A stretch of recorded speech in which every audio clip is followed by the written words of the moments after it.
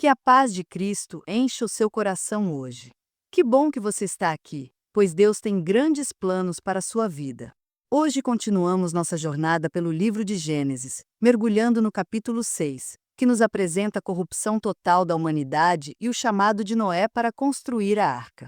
Este capítulo é um marco na história bíblica, pois marca o momento em que Deus decide intervir drasticamente contra o pecado, mas também demonstra sua misericórdia ao preservar Noé e sua família. Pegue sua Bíblia e acompanhe comigo enquanto exploramos este texto sagrado. Vamos descobrir juntos as lições eternas deste capítulo e como elas podem transformar nossa caminhada com Deus. Este estudo não apenas nos ajudará a entender melhor as Escrituras, mas também nos convida a refletir sobre como podemos aplicar essas verdades em nossa vida cotidiana. No capítulo anterior, vimos a genealogia de Adão a Noé, destacando a fidelidade de Deus ao preservar a linhagem humana.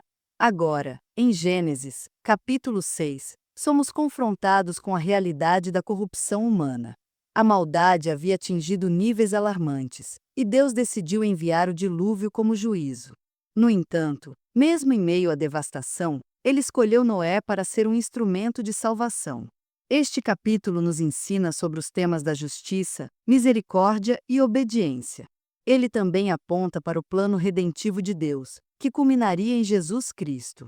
Vamos começar lendo Gênesis 6, versículo 5. Viu o Senhor que a maldade do homem se havia multiplicado na terra e que era continuamente mau todo o desígnio do seu coração.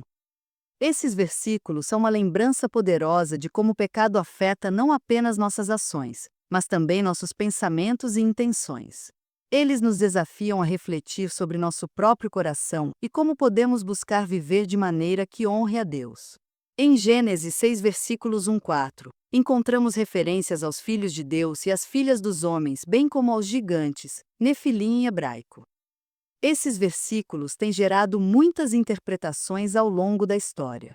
Alguns estudiosos sugerem que os filhos de Deus eram anjos caídos que se uniram às mulheres humanas, enquanto outros entendem que se tratava de descendentes piedosos que se casaram com pessoas ímpias, resultando em uma geração corrupta. Independentemente da interpretação exata, o ponto principal é que a humanidade havia se afastado completamente de Deus. Em Gênesis 6, versículo 5, lemos que era continuamente mau todo o desígnio do seu coração. Isso mostra que a maldade não era apenas ocasional, mas constante e generalizada. O pecado havia tomado conta de cada pensamento e ação. Diante dessa situação, Deus decidiu trazer o dilúvio como juízo. Em Gênesis 6, versículo 7, lemos: Por isso, o Senhor disse: Farei desaparecer da face da terra o homem que criei, desde o homem até o animal, até o réptil e até a ave dos céus, porque me arrependo de os haver feito.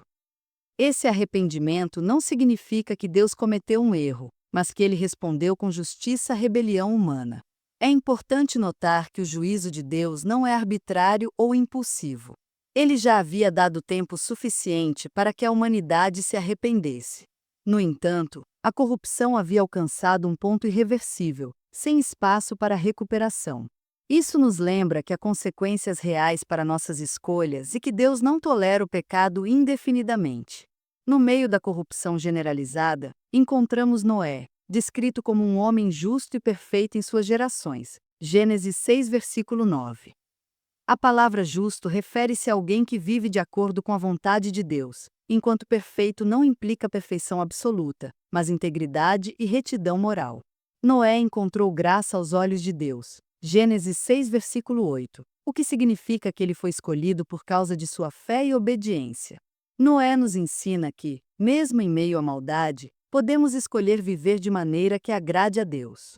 Em Hebreus 11, versículo 7, lemos que pela fé Noé, divinamente avisado das coisas que ainda não se viam, sendo temente a Deus, preparou uma arca para a salvação de sua casa. Noé confiou em Deus e agiu com base naquilo que ele revelou. Além disso, o texto destaca que Noé andava com Deus. Gênesis 6, versículo 9.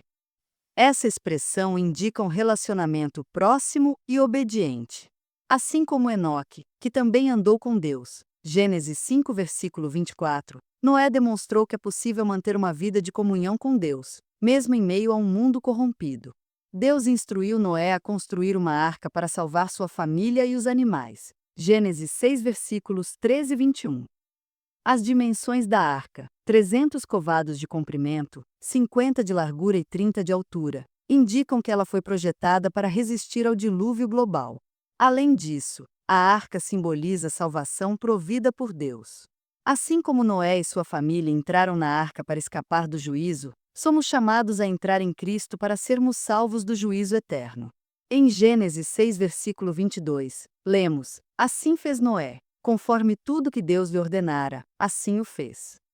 Essa frase simples revela a obediência completa de Noé. Ele não questionou, duvidou ou procrastinou, ele simplesmente obedeceu. Sua obediência nos ensina que fé genuína sempre resulta em ação. É interessante notar que a construção da arca deve ter sido um processo longo e desafiador. Durante esse tempo, Noé provavelmente enfrentou zombarias e incredulidade de seus contemporâneos.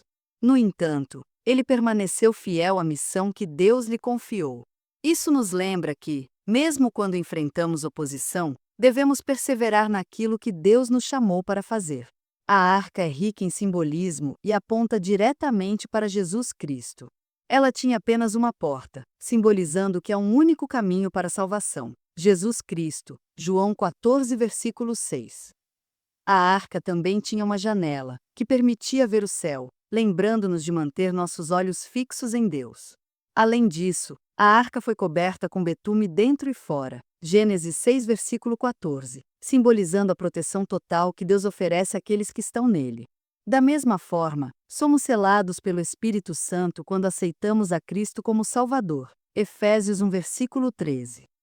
Você sabia que a palavra graça aparece pela primeira vez na Bíblia em Gênesis 6, versículo 8, quando lemos que Noé encontrou graça aos olhos do Senhor? Esta é uma prefiguração da graça que seria plenamente revelada em Jesus Cristo.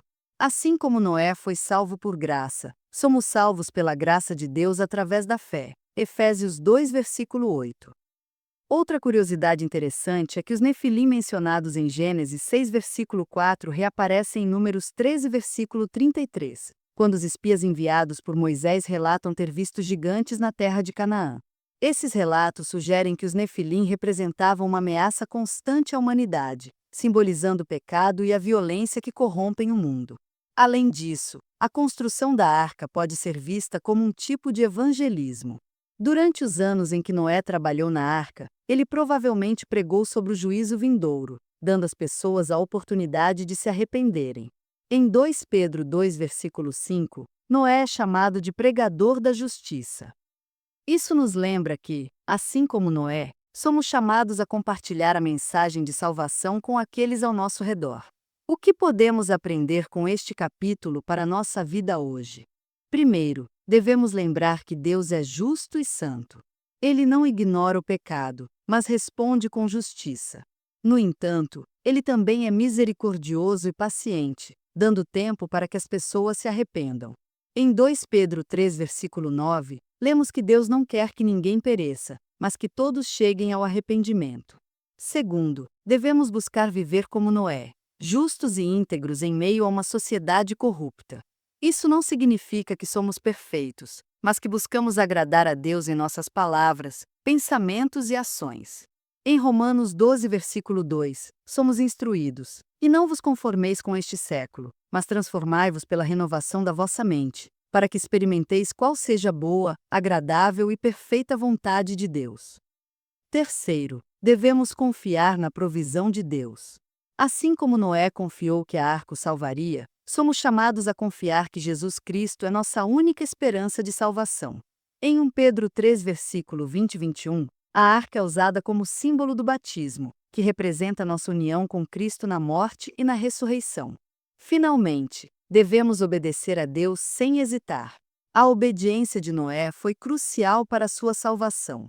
Da mesma forma, somos chamados a obedecer a palavra de Deus, mesmo quando não entendemos completamente seus planos.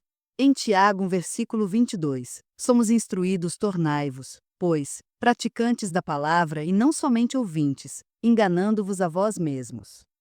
A obediência é a prova de que nossa fé é genuína e ativa. Além disso, devemos lembrar que, Assim como Noé perseverou na construção da arca em meio à incredulidade e zombaria, somos chamados a permanecer firmes em nossa fé, mesmo quando enfrentamos adversidades. Em Mateus 5, versículo 11 de dezembro, Jesus nos encoraja: Bem-aventurados sois quando, por minha causa, vos injuriarem e vos perseguirem, e, mentindo, disserem todo mal contra vós. Alegrai-vos e exultai, porque é grande o vosso galardão nos céus. A fidelidade a Deus pode custar sacrifícios, mas as recompensas eternas superam qualquer dificuldade temporária. Outro ponto importante é que Noé foi um exemplo de liderança espiritual para sua família. Ele não apenas construiu a arca, mas também garantiu que sua esposa, filhos e noras estivessem incluídos no plano de salvação de Deus. Isso nos desafia a sermos influenciadores positivos em nossas famílias, compartilhando nossa fé e vivendo de maneira que inspire outros a buscar a Deus. Em Deuteronômio 6, versículos 6 e 7, lemos: Estas palavras que hoje te ordeno estarão no teu coração, e as ensinarás a teus filhos, e delas falarás assentado em tua casa, e andando pelo caminho, e deitando-te, e levantando-te. Nosso testemunho diário tem o poder de impactar as gerações futuras. Finalmente, este capítulo nos convida a refletir sobre o juízo vindouro. Assim como Deus julgou o mundo antigo com o dilúvio, há um juízo final que aguarda toda a humanidade. Apocalipse 20, versículo 11 e 15. No entanto, assim como Deus providenciou uma forma de escapar do dilúvio através da arca, Ele também providenciou uma forma de escapar do juízo eterno através de Jesus Cristo. Em João 3, versículo 16, lemos: Porque Deus amou o mundo de tal maneira que deu seu Filho unigênito, para que todo aquele que nele crê não pereça, mas tenha a vida eterna. Essa verdade deve nos motivar a buscar intimidade com Deus e compartilhar sua mensagem de salvação com os outros. Chegamos ao fim do nosso estudo sobre Gênesis, capítulo 6, a corrupção da humanidade e o chamado de Noé, mas esta é apenas a continuação de uma jornada incrível pela palavra de Deus. Este capítulo nos mostrou a justiça e a misericórdia de Deus, bem como a importância da obediência e da fé. Ele também nos aponta para o plano redentivo de Deus, que culminaria em Jesus Cristo. Deixe nos comentários abaixo como este estudo impactou sua compreensão sobre a justiça e a misericórdia de Deus. Como você pode aplicar essas verdades em sua vida hoje? Compartilhe sua reflexão conosco e incentive outros a crescerem na fé. E não se esqueça de curtir, compartilhar e se inscrever no canal para continuar acompanhando esta série transformadora. Deus abençoe você ricamente e até o próximo estudo, quando vamos explorar Gênesis, capítulo 7, o dilúvio e a preservação de Noé e sua família. Fique firme na fé e lembre-se, você é parte do grande plano de Deus.